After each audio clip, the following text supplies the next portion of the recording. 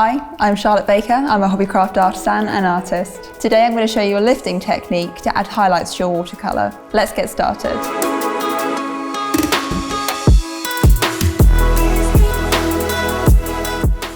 Subscribe to the Hobbycraft channel and click the bell icon to be notified of future videos.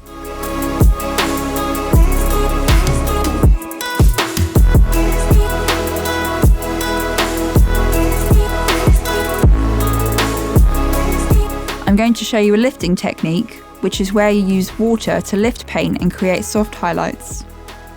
Before you start, you'll need some dry watercolour paint on your paper.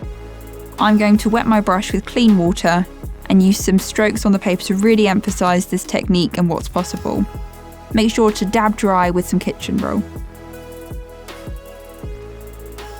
Let me show you again.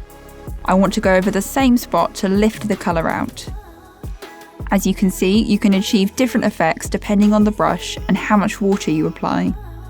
For more watercolour techniques and inspiration, head over to hobbycraft.co.uk/ideas.